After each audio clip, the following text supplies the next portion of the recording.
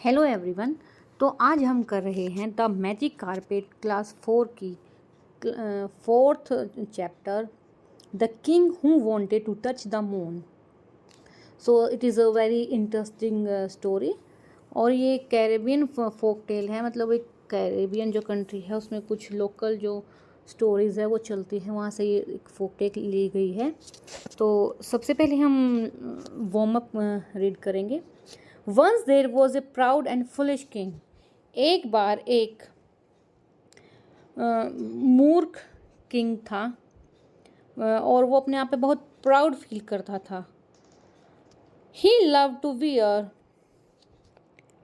new clothes.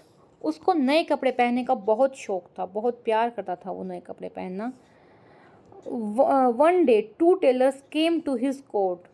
एक दिन उसके कोर्ट में दो टेलर आए, टेलर जो कपड़े सिलते हैं। They said they could make clothes that only the wise could see. वो बहुत चालाक थे, उनको पता था कि हमारा जो किंग है वो फुलिश है, वो मूर्ख है, इसलिए उन्होंने एक ऐसी बात कही जिसको कोई भी बिलीव नहीं करेगा, लेकिन वहाँ पर उस किंग ने उसको यकीन कर लिया। क्या बोला उन्होंने? कि वो एक ऐसे कपड़े बना सकते हैं जिनको सिर्फ एक वाइज यानी कि एक बुद्धिमान व्यक्ति ही देख सकता है। The king asked them to make a set of clothes for him. अब किंग ने भी बोल दिया कि हाँ, तुम मेरे लिए वो कपड़े बना दो और मैं उसे पहन लूँगा। अ फ्यू मंथ्स लेटर, कुछ महीनों बाद, the tailors brought the clothes had the king put them on. अब वो जो टेलर थे कुछ महीनों बाद एक कपड़ा लेकर आए और उन्हें उनको पहनने में किंग की हेल्प की। The king could not see the clothes but he did not से सो। अब क्या था, किंग को भी वो कपड़े दिखाई नहीं दिए, बट उसने कुछ बोला नहीं। क्यों नहीं बोला? गैस करो। उसने इसीलिए नहीं बोला क्योंकि उन्होंने पहले ही बोला था कि जो आदमी समझदार है सिर्फ वो ही उन कपड़ों को देख पाएगा। तो किंग को ये लगा कि कहीं वो मुझे मूर्ख ना समझ ले, because then the tailors would think he was so foolish. क्योंकि किंग को लगा कि अगर मैं ये पूछ लूँगा कि कपड़े कहाँ हैं तो उन टेलर्स को लगेगा कि मैं बेवकूफ़ हूँ, मैं बुद्धिमान नहीं हूँ, इसलिए मुझे कपड़े दिखाई नहीं दे रहे। The king went for a walk. एक दिन किंग वो कपड़े पहनकर, यानी कि जो कपड़े थे ही नहीं है, वो किंग अपने मन में सोच रहा है कि मैंने कपड़े पहन रखे हैं। किंग एक वॉक पर चला गया। People were surprise to see the king without his cloth. अब लोग भी उसको देखकर हैरान हो गए। वर सरप्राइज टू सी, उसको देखकर हैरान हो गए कि किंग कपड़े नहीं, विदाउट क्लोथ है। You can see here the king without cloth. But everyone knew that if they said they could not see the new cloth, but हर एक इंसान जानता था if they said, अगर उन्होंने बोला they could not see the new cloth, कि उनको नए कपड़े दिखाई नहीं दे रहे हैं, other would think them foolish, दूसरे लोग उनको बेवकूफ़ यानी कि फुलिश समझेंगे, मूर्ख समझेंगे। अब सब लोगों को पता चल रहा है कि कपड़े नहीं हैं, लेकिन सब लोग क्यों नहीं बोल रहे हैं? क्योंकि उनको ये लग रहा है कि कहीं एक दूसरे को हमें वो मूर्ख ना समझ ले। Suddenly a child shouted.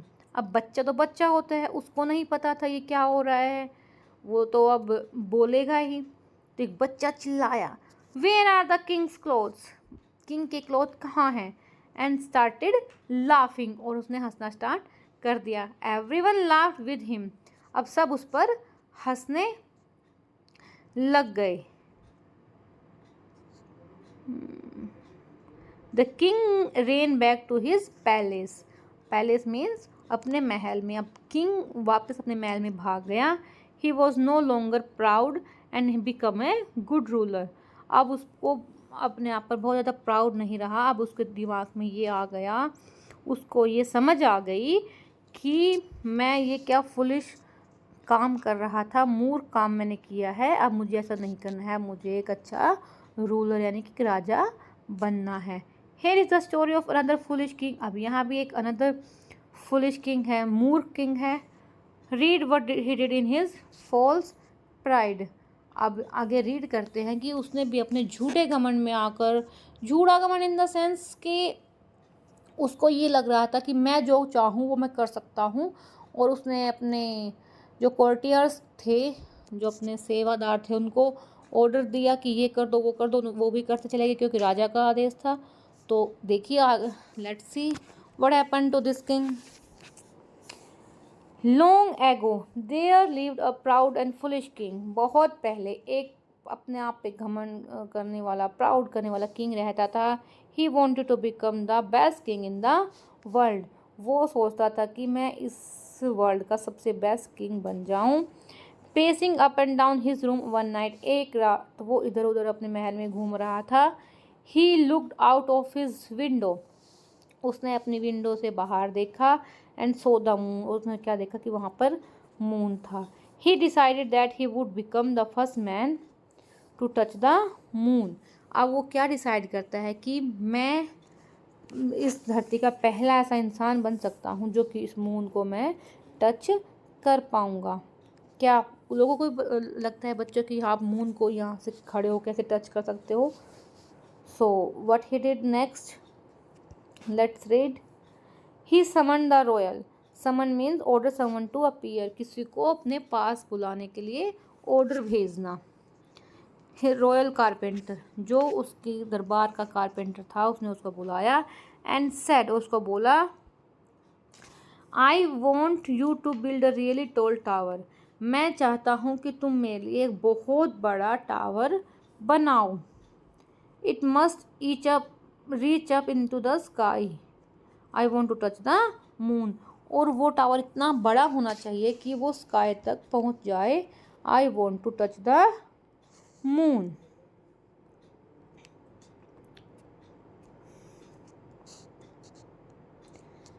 The sleepy carpenter rubbed his high, एकदम से उसने भी, कारपेंटर ने भी सुना कि राजा क्या बोल रहा है, और उसने ऐसा लगा कि कहीं मैं नींद में तो नहीं हूँ। तो उसने एकदम से अपने आप को झटका और आंसर बोला, if we stack up every wooden box, stack up means होता है एक के ऊपर एक किसी चीज़ को अच्छे से रखना। If we stack up very wooden box, अगर हम एक बॉक्स, वुडन बॉक्स को दूसरे वुडन बॉक्स पर अच्छे से रखेंगे, we will be able to build a tall and stub tower, तो हम एक बहुत लंबा और स्टर्डी मीन्स स्ट्रॉन्ग टावर हम बना पाएंगे। Hearing this the king